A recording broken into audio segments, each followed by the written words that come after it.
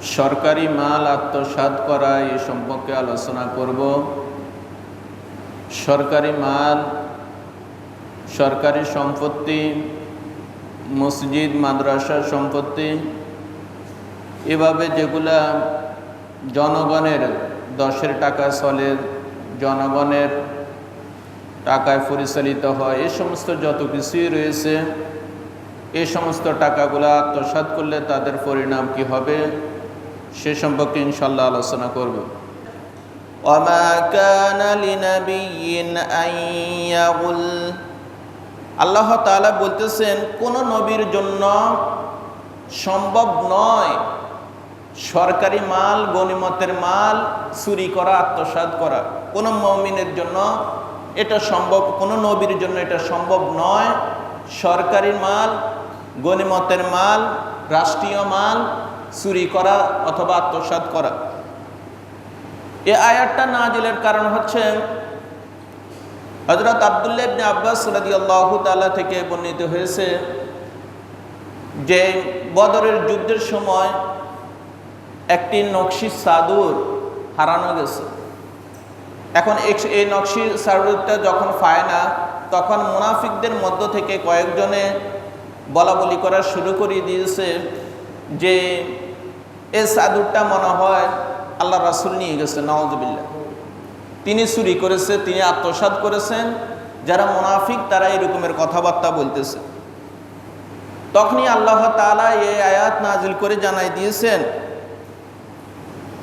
ওয়ামা কানা লিনাবিয়্যিন আন ইয়াগুল্লা, যে কোনো নবীর জন্য এটা সম্ভব নয় গনিমতের মাল, রাষ্ট্রীয় মাল, রাষ্ট্রীয় সম্পদ আত্মসাৎ করা। এটা কোনো নবীর পক্ষে, নবীর জন্য এটা শোভনীয় নয় এবং কোনো নবীরা এটা করবেও না। কেননা নবীরা হচ্ছে মাসুম, তারা বেগুনাহ, তাদের কোনো গুনাহ নাই। তারা এই রকমের ঘৃণিত গর্হিত কাজের সাথে তারা জড়িত হইতে পারে না।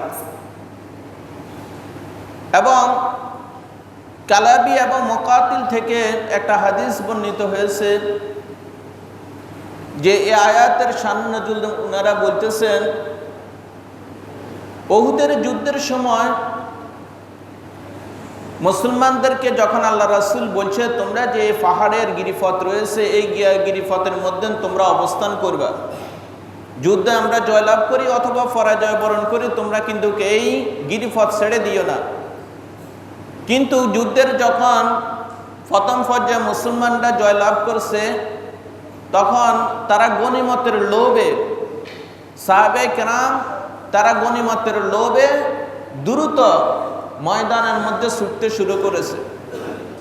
তাদের ধারণা ছিল বদরের যুদ্ধের যেই সঠিকভাবে তারা পায়নি, তারা চিন্তা করছে এখন যদি যে যেটা সংগ্রহ করতে পারে সে সেটাই মনে হয় গনিমতের ভাগীদার হবে।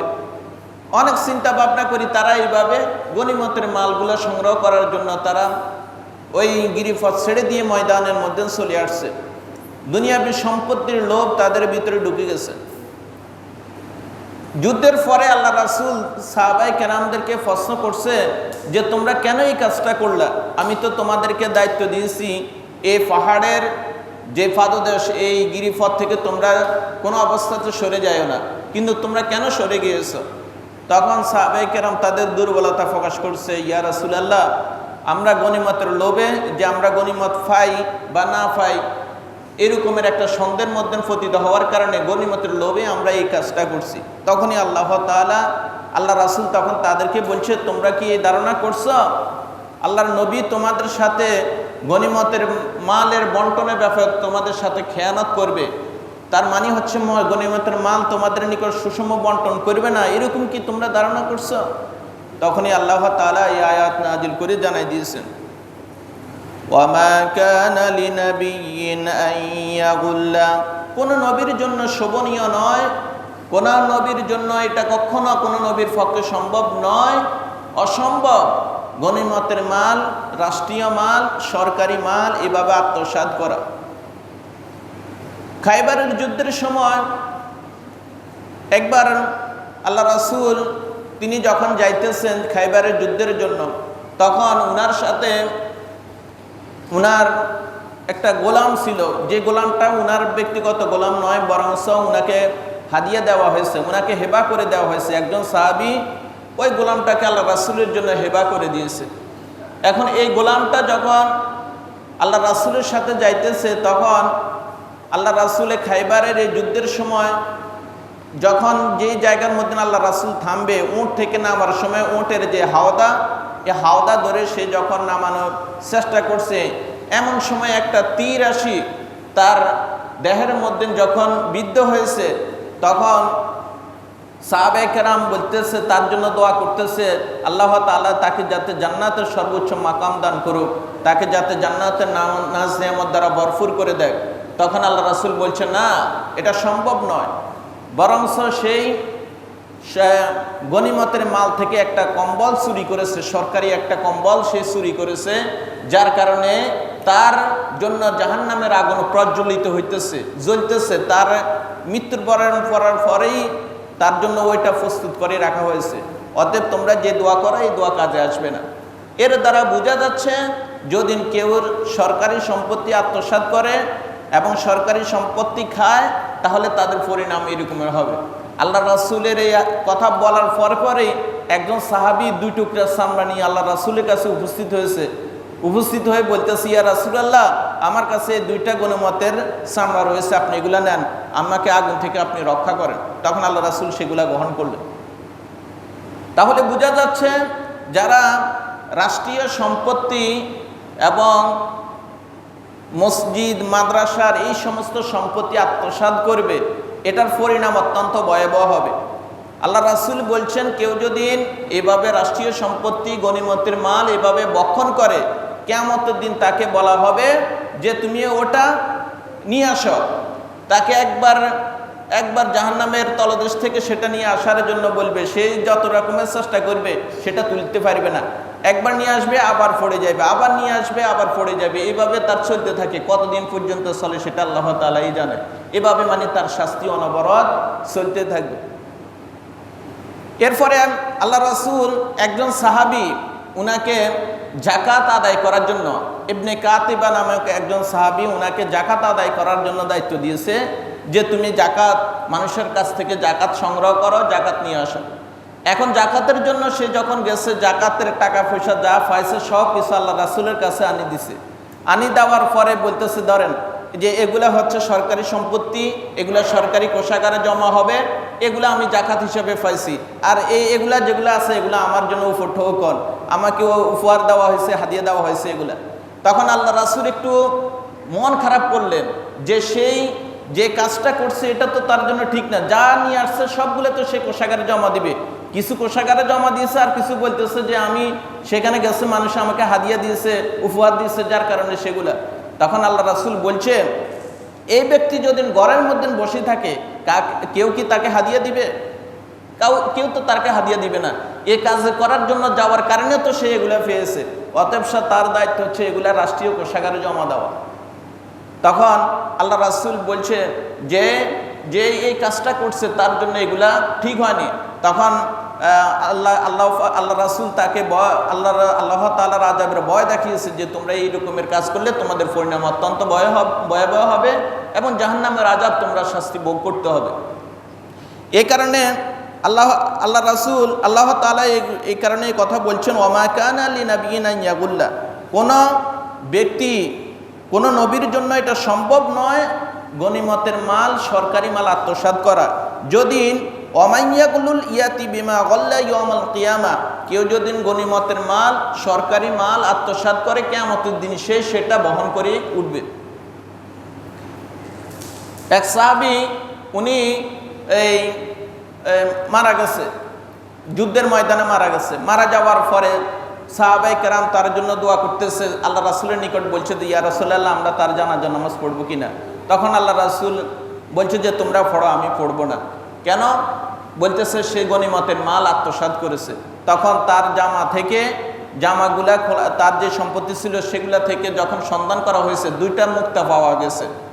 এই 2টা মুক্তা সে সরকারি সম্পত্তি আত্মসাৎ করছে, যার কারণে আল্লাহ রাসূল বলছে তার জন্য জাহান্নাম অপেক্ষা করতেছে, সে জাহান্নামের শাস্তি অবশ্যই ভোগ করতে হবে। তাহলে এইগুলা কথা থেকে আমাদের নিকট স্পষ্ট হয়ে যায় আল্লাহ তাআলা স্পষ্টভাবে বলে দিয়েছেন, ওয়ামান ইয়াকুলুল ইয়াতি বিমা গাল্লা ইয়াউমাল কিয়ামা, যে ব্যক্তি গনিমতের মাল এভাবে আত্মসাৎ করবে কিয়ামতের ময়দানে সে সেটা বহন করে সে গাড়া নিয়ে উঠবে। এবং আল্লাহ রাসূল বলছেন, কেউ যদি সরকারের সম্পত্তির যেমন জাকাত আদায় করার ক্ষেত্রে যদি একটা উট, একটা গরু, একটা ছাগল এভাবে জাকাত হিসাবে দিয়েছে, কিন্তু সে সেগুলা আত্মসাৎ করেছে, চুরি করেছে, কিয়ামতের দিন যদি সে উট চুরি করে ওই উটের মতন ডাকতে ডাকতে সে হাসরের ময়দানে উপস্থিত হবে। যদি সে গরু চুরি করে তাহলে হাম্বা করতে করতে সে হাসরের ময়দানে উপস্থিত হবে। যদি সে ছাগল চুরি করে তাহলে ছাগলের মতন ব্যয় করে সে এভাবে এই হাসরের ময়দানে উপস্থিত হবে। এখন সরকারি মাল, গনিমতের মাল, যদি রাষ্ট্রীয় মাল এইভাবে যেই আত্মসাৎ করবে তার পরিণাম কিয়ামতের দিন হাজার মানুষের সামনে সে সেটা গাড়াই করে সেদিন উঠবে। এখন কেন এই জিনিসটা এত কড়াকড়ি? যে রাষ্ট্রীয় মাল, রাষ্ট্রীয় সম্পদ যারা বক্ষণ করে, অন্যায়ভাবে বক্ষণ করতেছে, সরকারি সম্পত্তি অযথা এভাবে অপচয় করতেছে বা নিজের জন্য সরকারি সম্পত্তি নিজের জন্য এগুলা ব্যয় করতেছে, সরকারি সম্পত্তিকে মানে কোনো মূল্যায়ন করতেছে না, জনগণের হক জনগণকে যথাযথভাবে বুঝে দিচ্ছে না। এই পরিণামটাই কেউ যদি একটা টাকা, একটা পয়সা যদি সরকারি কোষাগার থেকে, সরকারি সম্পত্তি, সরকারি কোনো মাল যদি কেউ অন্যায়ভাবে সেটা আত্মসাৎ করে, চুরি করে, কিয়ামতের দিন সেই এই 18 কোটি মানুষের নিকট সে কিন্তু এগুলার হিসাব দিতে হবে। এই 18 কোটি মানুষের নিকট প্রত্যেকেই এই সরকারি সম্পত্তির হকদার। সরকারি সম্পত্তির হিসাবে 18 কোটি মানুষকে সেই হিসাব দিতে হবে। এই মসজিদের টাকা, মাদ্রাসার টাকা, ইতিমখানার টাকা, এই টাকাগুলা জনগণের টাকায় চলে, কিন্তু এইগুলা থেকে কেউ যদি একটা টাকা, একটা সম্পদ, একটা কিছু যদি সে অন্যায়ভাবে চুরি করে, অন্যায়ভাবে খায়, অন্যায়ভাবে আত্মসাৎ করে, কিয়ামতের দিনে এই এলাকার যত মানুষ এখানে সহযোগিতা করছে সকলের নিকট সে এটার জবাবদিহিতা করতে হবে এবং সকলকে এই হক সে বুঝে দিতে হবে। এটা তো সম্ভব নয়। এই 18 কোটি মানুষকে আপনি যদি 1 টাকার সম্পত্তি খান সেটা কিভাবে বুঝাবেন? এটা সম্ভব নয়। আপনি এত মানুষের কাছ থেকে তো হিসাব মাপসায় নিতে পারবেন না, এটা অসম্ভব। তাহলে চিন্তা করতে হবে, আপনি যেটা অসম্ভব সেটা করতেছেন, কিয়ামতের দিন আপনার ন্যাকগুলা এই প্রত্যেক মানুষকে আপনি বিলীন করে দিতে হবে। আপনার প্রত্যেকটা ন্যাক এই সাধারণ মানুষকে আপনি দিয়ে দেওয়া লাগবে। এই রাস্তার কাজ চলতেছে, রাস্তার এটা সরকারি ইট। এখন আমরা মনে করতেছি এটা তেমন কিছু মনে করি না, একটা ইট আমি হাতে করে নিয়ে গেলাম, নিজের কাজে লাগাইলাম, কিন্তু এই টাকার, এই একটা ইটের সাথে সরকারি প্রত্যেক মানুষের টাকা জড়িত আছে। একটা 10 টাকার জিনিস আপনি নিয়েছেন, অথচ এটার সাথে 18 কোটি মানুষের হক জড়িত রয়েছে। মসজিদের একটা জিনিস পড়ে রয়েছে, এখানে এলাকার যত মানুষ আছে ওই যে মসজিদের ওই জিনিসটা আপনি নিয়ে গেছেন, কাউকে বললেন না, কিছু জানা নিলেন না, এভাবে নিয়ে গেলেন, কিন্তু এটা করার কারণে আপনি কিয়ামতের দিন চোর হিসাবে কিয়ামতের ময়দানে উঠবেন, সেটা তো আপনি চিন্তা করেন না। সেটা আমি বলতেছি না, মহান রাব্বুল আলামিন বলতেছেন, ওয়ামান ইয়াকুলুল ইয়াতি বিমা গাল্লা ইয়াউমাল কিয়ামা, যে ব্যক্তি এভাবে সরকারি সম্পত্তি, রাষ্ট্রীয় সম্পত্তি, এভাবে মসজিদ মাদ্রাসার সম্পত্তি আত্মসাৎ করবে, চুরি করবে, কিয়ামতের দিন সে সেটা গাড়াই করে উঠবে। দুইজনের জমি একই সাথে পাশাপাশি, কেউ যদি, আল্লাহ রাসূল বলছেন, কেউ যদি 1 গজ পরিমাণ যদি কেউ অন্য কারোর জমি এভাবে জোর করে আত্মসাৎ করে খায়, কিয়ামতের দিন 7 তবক জমিন তার গাড়ের মধ্যে এভাবে শিকল ফড়িয়ে ঝুলিয়ে দেওয়া হবে। কত ভয়াবহ হবে! তাহলে এভাবে সরকারি সম্পত্তি, ব্যক্তির কোনো সম্পত্তি আপনি এভাবে আত্মসাৎ করা আপনার জন্য ঠিক হবে না, চুরি হবে না। যদি করেন কিয়ামতের দিন আপনি ওইটা ঘাড়ে নিয়ে আপনি সেদিন উঠতে হবে, এবং সেদিন আপনাকে নাজাত দেওয়ার মতন এরকম আর কেউ থাকবে না। এই কারণে এই বিষয়গুলো আমাদের প্রত্যেকেরই খেয়াল করতে হবে। সরকারি সম্পত্তি বলেন, মসজিদ মাদ্রাসার সম্পত্তি বলেন, এগুলা কোনোভাবেই আত্মসাৎ করা যাবে না, চুরি করা যাবে না। আজকে আমরা যা দেখতেছি সরকারি সম্পত্তি যেভাবে অপচয় হইতেছে, প্রত্যেকের নিজের ব্যক্তিগত সম্পত্তি মনে করে সেটারে ব্যবহার করতেছে। সরকারে দিয়েছে জনগণের জন্য, অথচ মেম্বার নিজের বাড়ির মধ্যে সেগুলা নিয়ে যাইতেছে, চেয়ারম্যান নিজের বাড়ির মধ্যে সেগুলা নিয়ে যাচ্ছে, তার আত্মীয় স্বজনের কাছে সে বিলিং করতেছে, অথবা নিজে সেগুলা বিক্রি করে খাইতেছে। চাউল দিচ্ছে, চাউল নিজের জনগণকে না দিয়ে সে তার নিজের ঘরে নিয়ে গেছে। বিভিন্ন সরকারি কত সম্পত্তি এভাবে আসে, সবগুলা এভাবে সাধারণ মানুষকে মনে হয় 10 ভাগের 1 ভাগও দেয় না। এভাবে বেশিরভাগে যারা দায়িত্বশীল রয়েছে অনেকে এভাবে খাই ফেলায়। কিন্তু আল্লাহ তাআলার আসামির কাঠগড়া থেকে সেদিন কেউ পার পাইবে না। সরকারি সম্পত্তির ব্যাপারে খুবই সতর্ক থাকতে হবে, কেননা আল্লাহ তাআলা স্পষ্টভাবে বলে দিয়েছেন, ওয়ামাইয়াগুলুল ইয়াতি বিমা গাল্লা ইয়াউমাল কিয়ামা, যে ব্যক্তি এভাবে সরকারি সম্পত্তি আত্মসাৎ করবে কিয়ামতের দিন সে সেটা গাড়ি করে উঠবে। যে যেটাই চুরি করবে সে সেটা গাড়ি করে নিয়ে উঠবে। তাহলে আপনার প্রমাণ পাওয়া যাবে সে কি চুরি করছে না করছে, কে চোর কে ভালো, সেদিনও প্রমাণ হয়ে যাবে। এবং আল্লাহ তাআলা আরো সামনে আরো বলতেছে, সুম্মা তুওয়াফা কুল্লু নাফসিন মা কাসাবাত, সেদিন আল্লাহ তাআলা প্রত্যেককে তার যেটা সে উপার্জন করেছে, সে যেটা কামাই করেছে সেটা তাকে পরিপূর্ণভাবে বুঝিয়ে দেওয়া হবে। সে যে পরিমাণ চুরি করছে সেই পরিমাণ সে শাস্তি ভোগ করতে হবে, সে যে পরিমাণ সম্পত্তি নিয়েছে সেই পরিমাণ সম্পত্তি সে আত্মসাৎ করতে হবে। এখন আপনি যদি এভাবে কোনো সম্পত্তি আত্মসাৎ করেন, কিয়ামতের দিন ধরেন আপনার কোনো ন্যাক নাই, এখন কি করণীয়? কোনো সেদিন তো টাকা পয়সার কোনো লেনদেন হবে না, যে হ্যাঁ আমি এত টাকা চুরি করছি, এত টাকা আত্মসাৎ করছি, হ্যাঁ এত টাকা আজকে দিয়ে দিলাম। কিয়ামতের দিন কি এগুলো কোনো এভাবে আসেনি? লেনদেনের কোনো সিস্টেম আসেনি? কোনো সিস্টেম নেই। সেদিন কি হবে লেনদেন? সেদিন লেনদেন হবে ন্যাক আর বদের লেনদেন। বদ আর ন্যাক এই দুইটার লেনদেন হবে সেদিন। কিভাবে হবে? আপনি যদি কারোর সম্পত্তি অন্যায়ভাবে গ্রাস করেন, অন্যায়ভাবে কারোর সম্পত্তি খান, তাহলে আপনি কি করতে হবে? আপনার যদি কোনো ন্যাক না থাকে, ন্যাক নাই, যে পরিমাণ সম্পত্তি খাইছেন ওই পরিমাণ ন্যাক দেওয়ার মতন আপনার কোনো ন্যাক নাই, কোনো ভালো কাজ আপনি করেন না, আর সারা বছর আপনি বদ কাজ করছেন, গুনাহের কাজ করছেন, তখন কি করণীয়? তখন যে ব্যক্তির সম্পত্তি খেয়েছেন, আত্মসাৎ করছেন, চুরি করছেন, তার যত গুনাহ আছে গুনাহগুলো আপনার গাড়ির উপর ওই পরিমাণ গুনাহ আপনার গাড়ির মধ্যে চাপিয়ে দেওয়া হবে, আপনার গুনার পাল্লা আরো বাড়ি যাবে। আর যদি ন্যাক থাকে, আল্লাহ রাসূল বলছেন অনেক মুসল্লি, অনেক ব্যক্তি এভাবে কিয়ামতের দিন নামাজ নিয়ে, রোজা নিয়ে, হজ নিয়ে, যাকাত নিয়ে উপস্থিত হবে, কিন্তু সে শূন্য হাতে শেষ পর্যন্ত জাহান্নামে যাবে। সাহাবে কেরাম বলছে, ইয়া রাসূলুল্লাহ এটা কিভাবে সম্ভব? বলতেছে সেই নামাজও পড়ছে, রোজাও রাখছে, হজও করছে, যাকাতও দিয়েছে, সব কিছু করছে, সাথে সাথে মানুষের সম্পত্তি আত্মসাৎ করছে, রাষ্ট্রের সম্পত্তি আত্মসাৎ করছে, মসজিদ মাদ্রাসার সম্পত্তি আত্মসাৎ করছে। এই আত্মসাৎ করার কারণে তার ন্যাকগুলা, এই নামাজের যত ন্যাক করছে, হজের যত ন্যাক করছে, যাকাতের যত ন্যাক করছে, দান সদকার যত ন্যাক করছে, সব ন্যাকগুলা সে ওই যারা পাওনাদার তাদেরকে দিয়ে দেওয়া লাগবে। আর যদি তার ন্যাক নাও থাকে, তাহলে ওই ব্যক্তিদের বদগুলা তার গাড়ির উপর চাপিয়ে দেওয়া হবে। এটা স্পষ্ট হাদিস আল্লাহ রাসূলের। তাহলে চিন্তা করেন কি ভয়াবহ কি পরিণাম হবে। এজন্য এই ব্যাপারে খুবই সতর্ক থাকতে হবে। আল্লাহ তাআলা স্পষ্টভাবে বলেছেন, ওয়ামাইয়াগুলুল ইয়াতি বিমা গাল্লা ইয়াউমাল কিয়ামা, যে ব্যক্তি সরকারি সম্পত্তি, রাষ্ট্রীয় সম্পত্তি, মসজিদ মাদ্রাসার ইতিমখানার সম্পত্তি অন্যভাবে আত্মসাৎ করবে, চুরি করবে, সে কিয়ামতের দিন সেটা গায়ে বহন করে উঠবে। মসজিদের একটা জিনিস পড়ে রয়েছে, অনেকে ব্যক্তিগত জিনিস মনে করে এটাকে নিয়ে যাচ্ছে। আপনি এখান থেকে নিয়ে যান না, আপনার কাছে কেউ জবাব দেয়, জিজ্ঞাসা করে না, বলেও না, কিন্তু নিয়ে গেছেন দেন। আপনার এই বিবেক থাকা দরকার যে আমি আসলে কি কার সম্পত্তিটা নিছি, কার সম্পত্তির উপর হাত দিচ্ছি, এটা চিন্তা করতে হবে। কিয়ামতের দিন আপনি যাতে চোরের কাতারে না পড়েন সেদিকে আমাদের প্রত্যেকেরই খেয়াল রাখতে হবে। সরকারি সম্পত্তি যেটা দিয়েছে সেগুলোর ব্যাপারে আমরা যথাযথভাবে জনগণের কাছে যিনারা দায়িত্বশীল তিনারা সেভাবে বন্টন করবেন, কিন্তু সেগুলো আত্মসাৎ করলে এর পরিণাম সে ভোগ করতে হবে।